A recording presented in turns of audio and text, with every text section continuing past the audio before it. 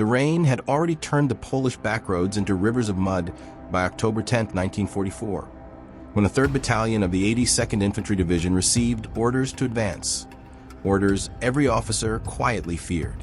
Intelligence suggested German forces were preparing layered ambush positions along a 50-kilometer stretch of forest and farmland, a killing corridor of mines, machine gun nests, and hidden anti-tank positions. Any American unit pushing through would be walking into a series of traps designed to crush them. Inside a dimly lit command shed, lit by a single flickering lantern, Sergeant Paul Mercer, 29 years old, communication specialist and part-time cartographer, unrolled a hand-drawn map across a muddy table. The paper was wrinkle-stained by rain and coffee, patched with scraps of pencil sketches and field notes. It looked nothing like the polished intelligence maps the officers were used to. Captain Rhodes stared at it with folded arms and a skeptical frown. "This," he muttered, "this is the map you spent all night working on." Mercer didn't flinch. "Yes, sir." Rhodes tapped the paper with a gloved finger. "It's worthless. Half of these roads aren't even on the official charts." "That's a problem, sir," Mercer said calmly. "The official charts are wrong." The room fell silent. 2 lieutenants exchanged tired smirks. Another shook his head. Someone muttered, "Here we go again." Mercer ignored it. He pointed at a narrow, unmarked track along the eastern ridge. "This route bypasses every suspected choke point. No heavy artillery line of fire. No concealed MG nests. Germans didn't expect anyone to use it because it's not graded for vehicles." He paused. "But the ground is dry enough, barely. And I walked half of it yesterday. It's the only path they haven't trapped." Rhodes exhaled sharply, frustration rising. "Sergeant, I'm not risking 300 men on a hand-drawn sketch." Mercer didn't raise his voice. He didn't argue. He simply said, "Sir, if we take the routes on your maps, we lose half the battalion before noon." A long, uneasy silence followed. Outside, thunder rolled over the forest. The wind howled through broken rafters, nerves strained tight as wire. Finally, Rhodes studied Mercer's eyes. Steady, confident, absolutely sure.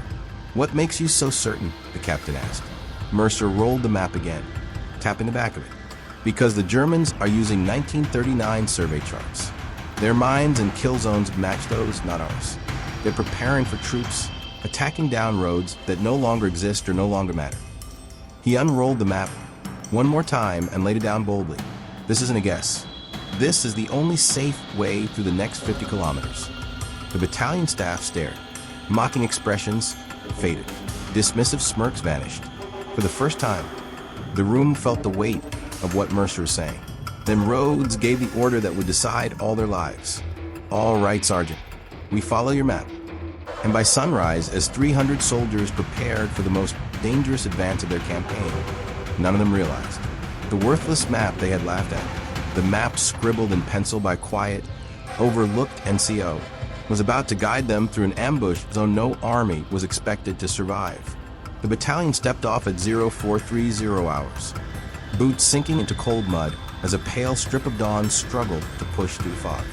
Wind whipped across the tree line, carrying the faint thud of distant German artillery somewhere beyond the horizon. The men moved quietly, weapons slung tight, packs heavy, eyes scanning every ditch and hedgerow for the first sign of trouble. At the front of the column walked Sergeant Paul Mercer, head down, map case pressed under his arm, the responsibility of 300 lives hanging heavier than any gear. The forest around them was thick, humid, and claustrophobic. Trees pressed so close together that even the rising light barely penetrated. Mercer paused at the first fork in the route, a narrow gap between 2 moss-covered boulders. No official path existed here. No road marker. No field sign. Just a faint indentation in the soil leading uphill toward a ridge line. Lieutenant Hall stepped beside him, breath puffing in white clouds. "You sure about this?" he whispered. Mercer unfolded the map. "I'm sure the Germans didn't touch this path," he said. "And I'm sure they turned every open road into a death trap." Hall swallowed and waved the platoons forward. "Up the ridge. Keep it tight." As the men filed through the gap, Mercer scanned the forest floor. No tripwires. No unnatural leaf patterns. no disturbed earth, and most importantly, no German boot prints. That alone was a miracle. The first confirmation. By 0530, the battalion reached the top of the ridge. Below them, the official supply road stretched across the valley like a broad brown scar. And along that road, black shapes, dozens, maybe hundreds. On the near side of the valley, Mercer spotted the glint of metallic cylinders, anti-tank mines, arranged in precise, overlapping patterns. Farther down, wooden stakes lined the ditches, each topped with a dark, spherical object. S-mines, bounding mines, the kind that turned foot soldiers into shrapnel. Hall stared in horror. Jesus, if we'd marched that route. Mercer didn't look away. They would have annihilated the lead company in 2 minutes. As the lieutenant silently thanked whatever force had possessed him to trust Mercer. The sergeant studied the minefield layout with a trained eye. Rows of S-mines, tripwire webs, chicanes designed to funnel infantry into kill zones. A perfect ambush pattern. And all of it positioned along the very routes the official maps claimed were safe. Keep moving, Mercer said quietly. This confirms the first theory. They're using survey charts from before the flooding in 42. They think that valley is the only viable approach. Hall blinked, but it's not. Mercer shook his head. The real ground shifted. The high water destroyed half the roads the Germans still think exist. A strange thing happened across the ridgeline then. For the first time, the mocking comments died completely. The men didn't laugh, didn't smirk, didn't whisper behind Mercer's back. They followed, into the trees. The forest thickened again as they descended the far side of the ridge. At 0615, Mercer led them onto a nearly invisible deer trail running parallel to a shallow ravine. The air smelled of wet leaves and churned soil. A weak sunbeam flickered between branches. Sergeant Klein jogged up beside him. Mercer, command's asking for an update. They want confirmation we're still on your route. Mercer didn't slow. Tell them everything is going to plan. Klein nodded and fell back. A moment later, the distant crack of a rifle echoed through the valley. The men froze. Mercer lifted a fist. Halt signal. Eyes scanned the trees. Breaths held. A second shot cracked. Then a burst of automatic fire. Then explosions. Boom, boom. Rapid, muffled, panicked. But not near them. Mercer turned toward the far edge of the forest where faint smoke rose behind the ridge they had crossed. They found the bait, he murmured. Hall approached. You think that's 3rd Platoon of the 5th? They were supposed to advance through the main road, Mercer finished. Yeah, and the Germans were waiting for them. Hall's jaw clenched. My God, they're walking right into the trap we avoided. Mercer didn't answer. He didn't have to. The fork in the route. At 0730, the trail split into 2 barely visible paths. One followed the ravine. The other bent west toward thicker brush. Mercer crouched, examining the ground. He brushed leaves aside, pressed his palm against the soil, looked for the subtlest telltale signs. Broken twigs, displaced moss, unnatural depressions. And then he saw it, a faint indentation. Too straight to be natural. Running across the western path. Tripwire groove, almost invisible to anyone who didn't know what to look for. Mercer whispered sharply. No one goes west. That route is wired. Hall blinked. What? But the ravine narrows ahead. How can? Mercer traced a finger along his crude map. Because the ravine bends uphill. It's dry at this time of year. It'll take us around their forward machine gun nest. How can you possibly? Because I mapped the water runoff from last week's storm. Hall stared at him like he'd just met the man for the first time. Mercer gestured to the eastern trail. This way. The first men lay eyes on his map. At 0810. The battalion halted for water near moss-covered outcrop. Men gathered around Mercer as he laid the map on a fallen log. Dirt stained the edges. Pencil marks overlapped like layered scars. But the terrain features matched their surroundings perfectly. Private Malloy whispered, Sir, how did you draw this? It's like you knew every rock before we saw it. Mercer knelt beside the map. I walked the route alone during reconnaissance. At night. Malloy's eyes widened. You walked 30 kilometers in the dark? 50, Mercer corrected quietly. I needed to know where they'd least expect us. The men exchanged looks, the kind soldiers give when they realize they've underestimated someone who has just saved their lives. For the first time, a corporal muttered, "This map isn't worthless." Another responded, "No, this map's the reason we're still breathing." Mercer rolled up the map. "Break's over. Back on your feet. The worst part of the ambush zone is ahead." And they moved, no longer mocking, no longer doubting, but trusting the one man whose quiet pencil lines were rewriting their fate. By 0930 hours, the battalion was deep inside the heart of the ambush zone, exactly where German doctrine predicted American forces would be the most vulnerable. The trees pressed in tighter, forming natural choke points. Sparse glints of rusted barbed wire hid beneath ferns. Every ravine edge looked like the mouth of a trap. Mercer walked to the front, map in hand, boots sinking into black loam. Hall stayed behind him, eyes darting from rock to root, finally understanding why the sergeant's confidence had never wavered. Here, the terrain spoke a foreign language, and Mercer was the only one who knew how to read it. At 0945, the battalion reached a clearing shaped like a shallow bowl. To the untrained eye, it looked harmless. Soft grass, scattered stones, a gentle slope upward on three sides. But Mercer froze. His right hand shot out, a silent command to stop.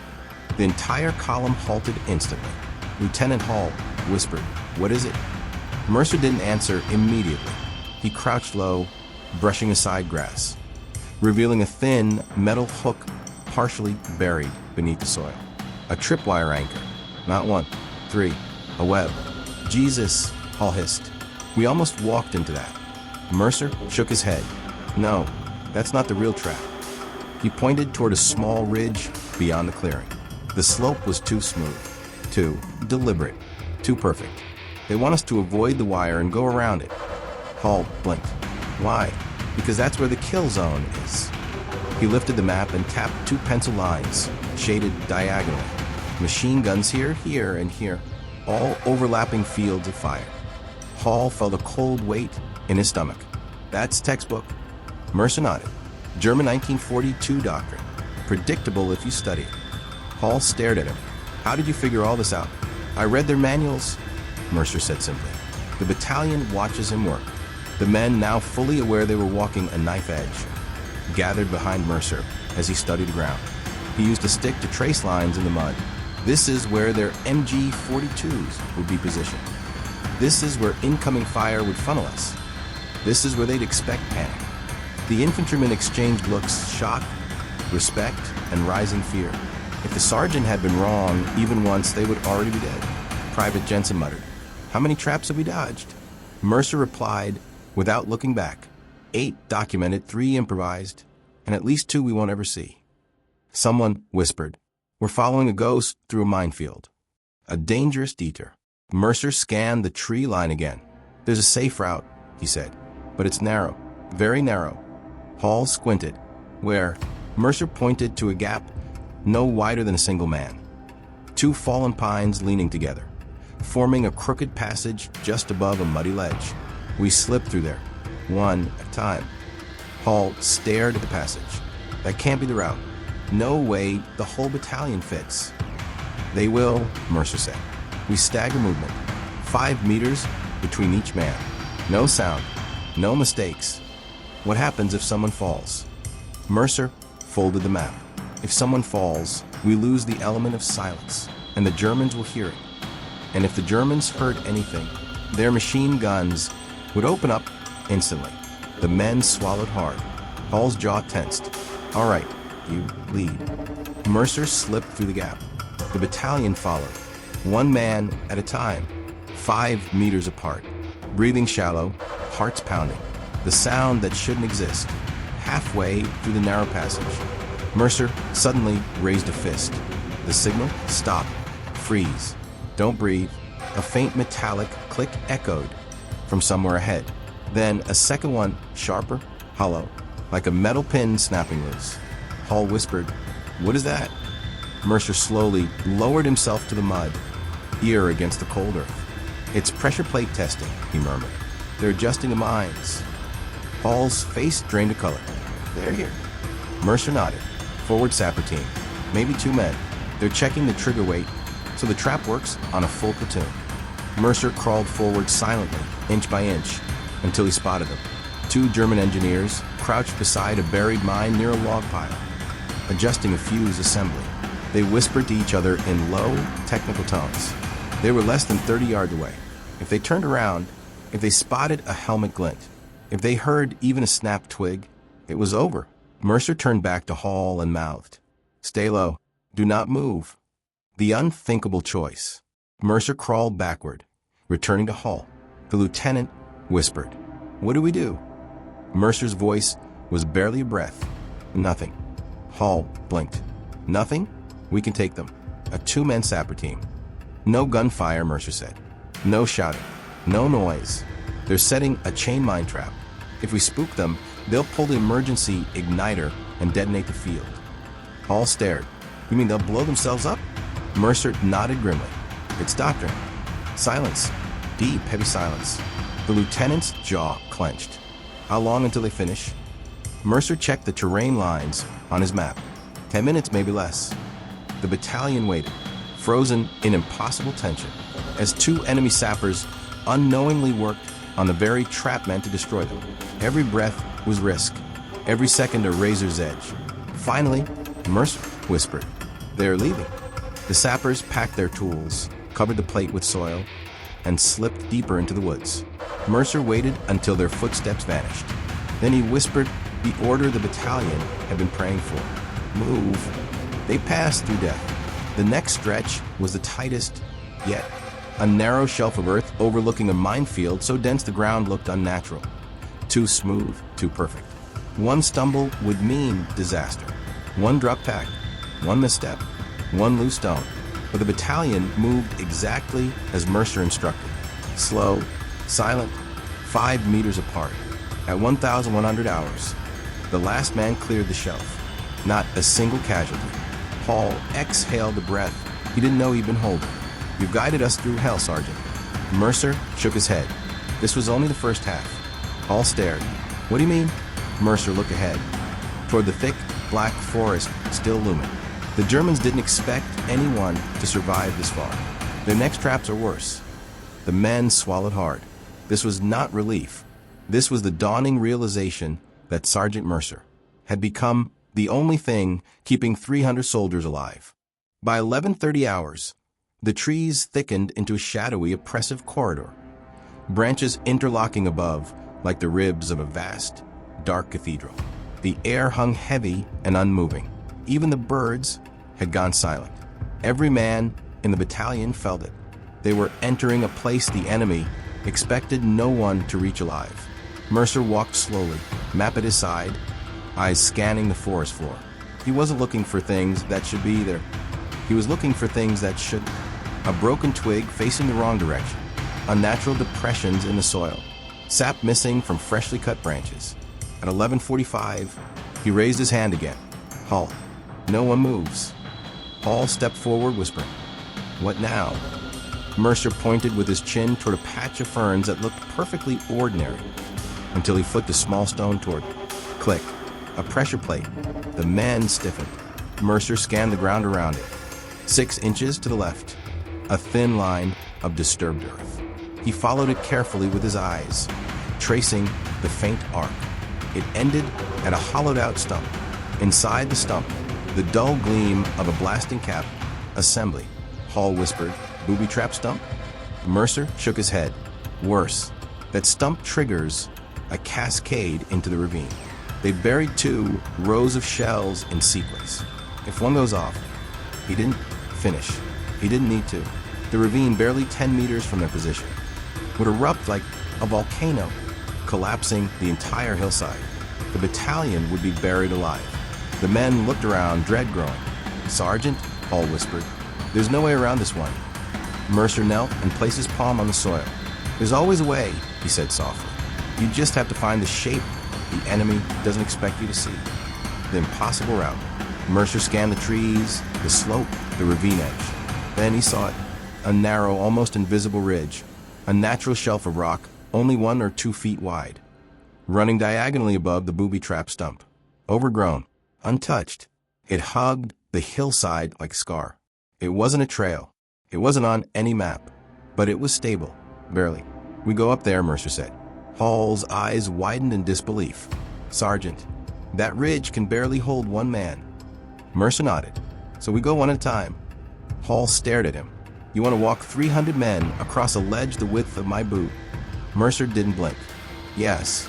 Behind them, someone whispered, "He's lost it." Another murmured, "No, he's right. Look at the ground. That's the only untouched spot." Hall ran a shaking hand through his hair. "Paul, if one man slips, if one rock falls, if one coughs too loud, the Germans hear it," Mercer finished calmly, "and they detonate the hillside." He folded his map. "We go now." Crossing the razor's edge, Mercer went first. He placed his boot onto the narrow stone shelf, shifting his weight slowly, distributing it evenly. The shelf held barely. Moss slicked the surface, forcing him to grip roots and expose stones for balance. His heartbeat thudded in his ears. Below him, the booby-trapped stump sat like a coiled animal, waiting for the slightest mistake. Behind him, Hall whispered to the battalion, "One at a time. Slow. No sound." The men followed, 20 meters above the ravine. 300 soldiers traversed a ledge only inches wide. Rifles slung, packs tightened, breaths shouted. The shelf crumbled in places. Roots snapped underweight. Boots slid inches from disaster. But Mercer kept moving, eyes always forward, scanning the ledge for weak points. He signaled silently. Left hand up, right hand down, tapping stones, guiding the unit like a conductor leading an orchestra through the most dangerous performance of their lives. Halfway across, a private slipped. A rock dislodged. It tumbled once, twice, bounced toward the ravine floor. Mercer's hand snapped out, slamming onto the rock, stopping it cold. The private froze. The entire battalion froze. Not a breath dared escape. Mercer gently wedged the stone into a crevice, securing it. He looked back, sweat running down his forehead. "Don't lean into the wall," he whispered. "Lean into the slope. Trust your center." The men obeyed, slowly, painfully, but obediently. The second trap, at 12:40. The last man stepped off the shelf and onto stable ground. The battalion released a collective breath, relief, fear, adrenaline in equal measure. But Mercer did not relax. He unfolded the map again, eyes tracing the pencil lines. "We're entering the sector where their mobile units operate," he murmured. Hall stiffened. "Meaning?" "Meaning mines and traps stop being their weapon." Mercer looked toward the dense forest ahead, and patrols become their eyes. As if summoned, a faint metal clink echoed from the trees. Hall whispered, "Movement." Mercer raised his binoculars, just enough to peek past a mossy boulder. He saw them, a German recon team, for men, rifles slung, moving methodically through the forest, and heading directly toward where the battalion had crossed the ridge. If they found the disturbed moss, the broken twigs, the faint boot prints, they would call artillery in minutes. Hall's hand tightened on his pistol. "Do we engage?" he whispered. Mercer shook his head instantly. "No gunfire." "Then what?" Mercer closed his map with deliberate calm. "We make them see what they expect to see." The German recon team moved with quiet precision. Helmets low, rifles ready, boots placing carefully in the underbrush. These weren't conscripts or worn-down infantry. These were Jaeger scouts, trained to read terrain and spot the smallest signs of disturbance.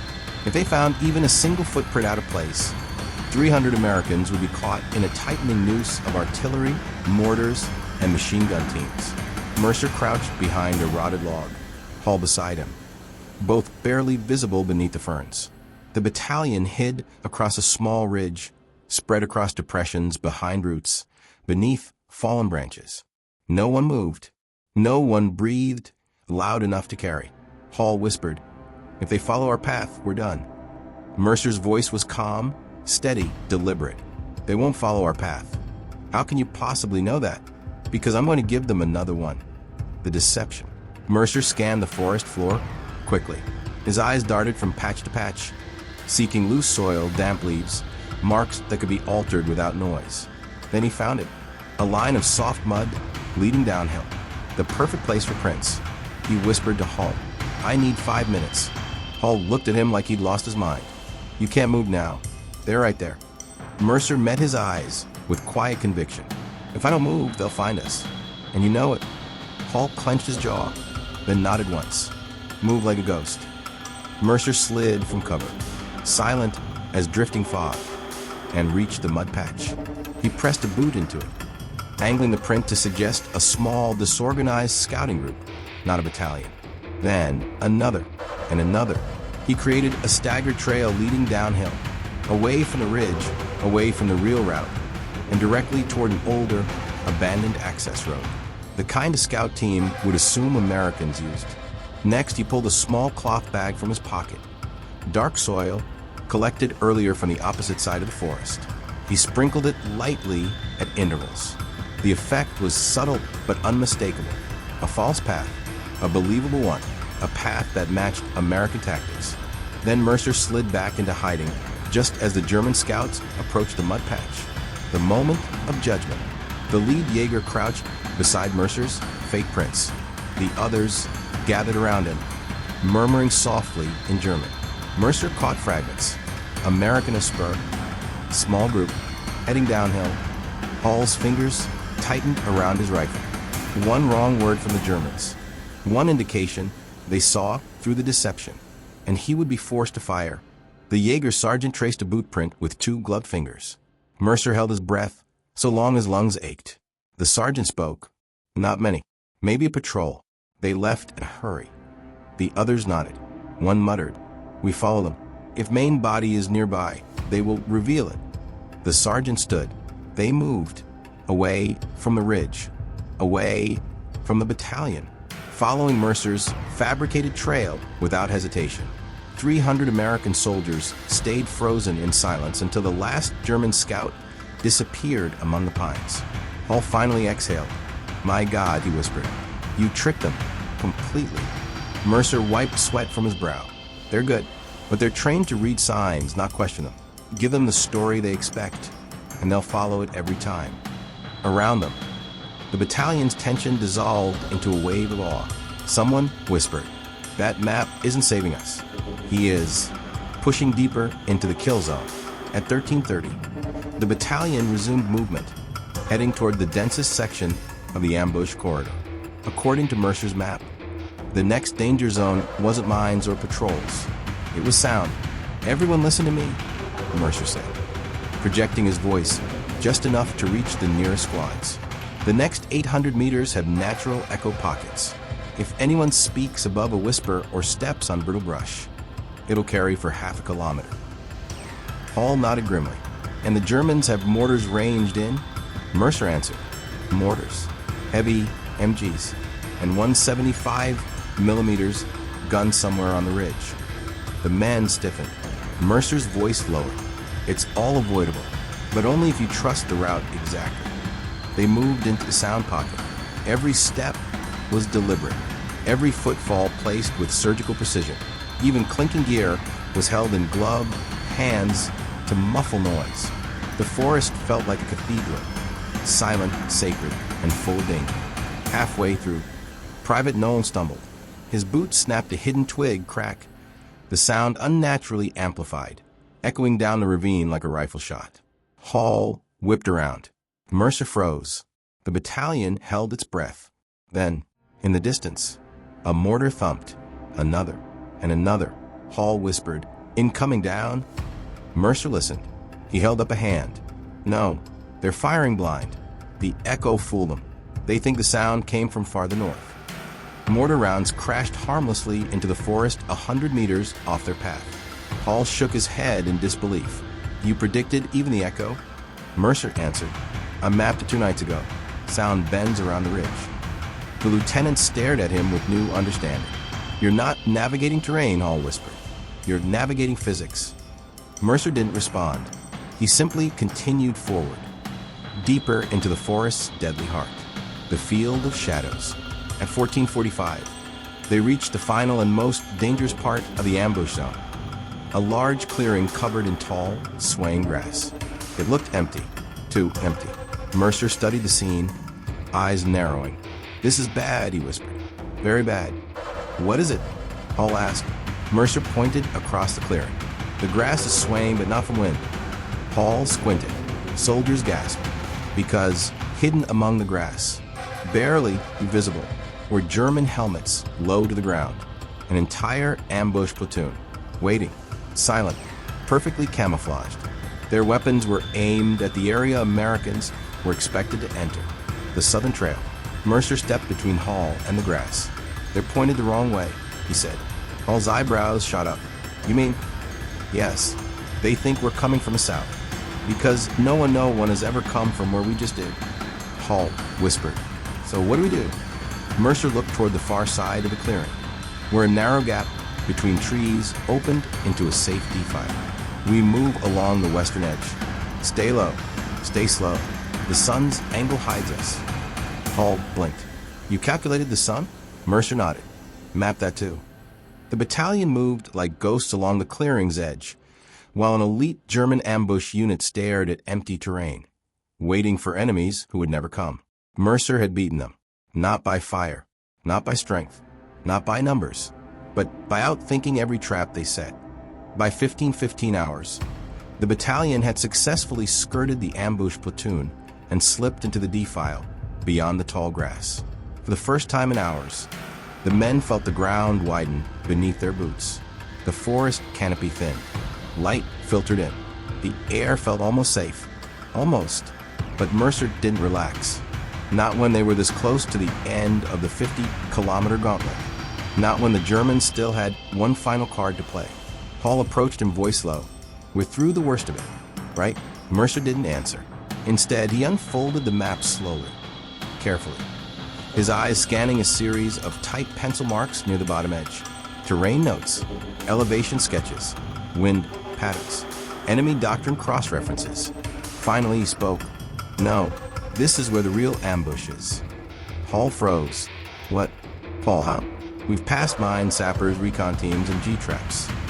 Mercer pointed at the terrain features on his map. All of that was preparation, German doctrine, layered screens, but the final trap is always the same. He traced a circle on the map. "They funnel us into a place where they choose the terms of the engagement." Hall swallowed. "And where is that place?" Mercer lifted his chin toward the woods ahead. "It's beyond that tree line." The false clearing. The battalion advanced cautiously. Within minutes, the trees opened into a broad, flat clearing, sunlit, peaceful, deceptively serene. A gentle slope descended into a wide meadow dotted with flowers and knee-high grass. It looked innocent, too innocent. Mercer stopped dead in his tracks. Hall whispered, "What now?" Mercer raised his binoculars. The slope was too smooth, the grass too uniform. The wind carried no birdsong, no insect hum, nothing living. And then he saw it. 3 faint, barely visible ridgelines on the far side of the meadow. Each one perfect cover for enemy machine guns. His voice dropped. "This is a killing field." Hall felt the bottom drop out of his stomach. "You're sure?" Mercer didn't blink. "If we step into that meadow, every gun they have will open up. It's the oldest trick in their playbook." Hall's voice trembled. "So what's the plan?" Mercer crouched and brushed dirt aside, revealing a thin layer of white limestone powder, almost invisible unless disturbed. This meadow was graded by hand. They prepared it specifically for us. The men around him listened in stunned silence. "So how do we avoid it?" Hall asked. Mercer pointed toward a cluster of boulders camouflaged by vines. "We go under it, the hidden cut." The men stared in disbelief. "Under?" Hall whispered. "How?" Mercer led them to the vine-covered boulders. Beneath them, concealed by brush and debris, lay a narrow depression, an old drainage cut carved during pre-war forestry work. Only a few inches visible, but Mercer had marked it months earlier during reconnaissance. He'd known it might become the only safe way out. The passage was barely wide enough for one man. Jagged roots hung like claws. Cold air drifted upward. Mercer looked back at the battalion. Single file, packs off, rifles tight, no noise. Stay low or the ridge gunners will hear us. Hall exhaled. We're really crawling into that? Mercer nodded. We crawl 50 meters on our stomachs, or we die crossing the meadow. No one argued. Through the underworld, the descent into the drainage cut felt like entering a subterranean world. The air was damp and cold, smelling of earth and rot. The men slid forward, belly down, dragging their rifles, squeezing through the narrow, dark passage as dirt showered from above. The walls pressed, so close that shoulders scraped raw. Boots slipped on wet stone. Someone coughed and instantly slapped a hand over his mouth. Mercer moved ahead, guiding the battalion one body length at a time, whispering the rhythm. Slide, hold, listen, slide. Above them, distant boots thudded quietly. German patrols, moving across the meadow perimeter, searching for any sign of Americans.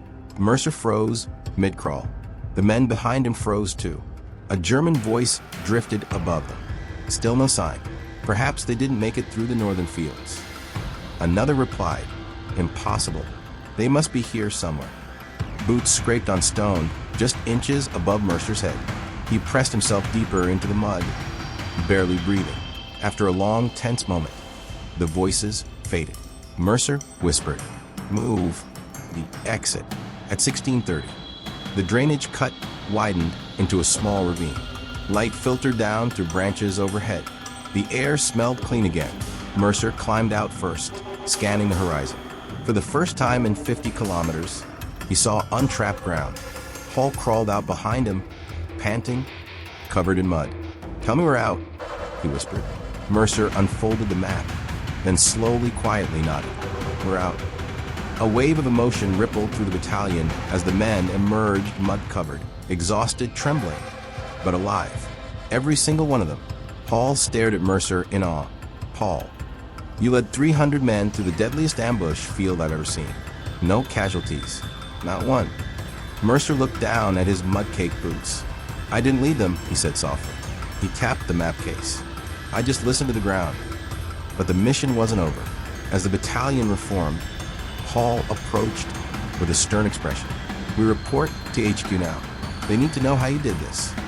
Mercer's jaw tightened. They won't believe it. Hall shook his head. They will when they see the results. Mercer hesitated. There's something else. What? Mercer pointed back toward the ambush corridor. The Germans will know someone slipped through. They'll assume scouts. They'll send a counterforce.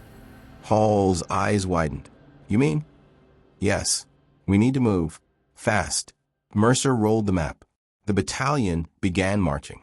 300 lives carried forward by the quiet genius of a man whose worthless map had just rewritten the outcome of an entire battlefield. But the story wasn't finished, because the German counterforce was already forming, and Mercer would soon face the final test of everything he'd mapped, studied, and survived. By nightfall on October 10, 1944, the 3rd Battalion emerged from the far edge of the forest, mud-soaked, exhausted, shaken, but entirely intact. 300 soldiers had entered a 50-kilometer ambush corridor designed to annihilate an entire regiment. 300 soldiers had walked out when the battalion reached the forward command post. Officers stared in disbelief. Units that had advanced along the official routes were reporting dozens of casualties, mine blasts, machine gun fire, mortar traps, sniper teams. Some companies never made it through at all. But Mercer's battalion? Not a single man lost. The brigade commander summoned Mercer immediately. He expected a brash hero, an outspoken savant, a man ready to boast. Instead, Sergeant Paul Mercer stood quietly at attention. Boots caked in dried mud, uniform torn by roots and rock, maps stuffed haphazardly into a battered case. The commander's first words were, "Sergeant, how did you know?" Mercer didn't give a speech. He didn't claim brilliance. He didn't mention the nights alone in the forest, the study of German doctrine, the sound maps, the water runoff sketches, the hand-drawn elevation lines. He simply replied, "Sir, the land tells its own story. I just wrote it down." The commander studied him, then shook his head slowly. "Your map saved an entire battalion. Some men mocked it and mocked you. They won't make that mistake again." Aftermath of the mission. When the German counterforce arrived hours later, they found every one of their traps untouched. perfectly intact. To them, it made no sense. Not one detonated mine, not one fired machine gun, not one scuff trail through the northern fields. It was as if the Americans had vanished, slipped past the entire defense without leaving a trace. German officers argued about it for days. They must have had an inside source. No, an impossible stroke of luck, or some new reconnaissance equipment. None guessed the truth. A single sergeant with a pencil, a lamp, and the patience to listen to the ground had outsmarted an entire defense network. Mercer's legacy. After the war, Mercer rarely spoke about what happened. He returned home to Ohio, became a civil engineer, and spent the rest of his life designing flood control maps and rural roadways. Quiet work, steady work, the kind he preferred. But among the men of the 82nd Infantry Division, his legend remained alive. They told stories of the sergeant who saw danger where others saw nothing, who walked through the forest at night to sketch the land, who guided them with a worthless map that turned out to be priceless, who saved 300 men not with a rifle, but with a pencil. Some joked that he was part machine, part compass. Others swore he was born with maps in his blood. But all of them agreed on one thing. They survived because of him. In reunions decades later, old soldiers, gray-haired and leaning on canes, would pull out replicas of his rough pencil map, creased, stained, smudged, and lay them on tables like sacred relics. This, they would say, is the reason I'm here. A quiet ending. Mercer lived a long life, passing away peacefully at age 78. His obituary mentioned his engineering career as military service and the respect of the men he saved, but not the full story.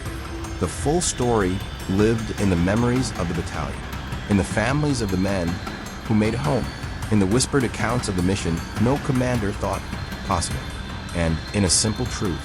Sometimes the most powerful weapon on the battlefield isn't a gun. It's the man who sees what no one else can. If this story inspired you, do me a favor and hit that like button so more people can discover these forgotten acts of courage. Tell me in the comments where you're watching from, and if anyone in your family ever served. And if you want more long-form cinematic war stories like this one, make sure to subscribe and turn on notifications. Many more missions await. ****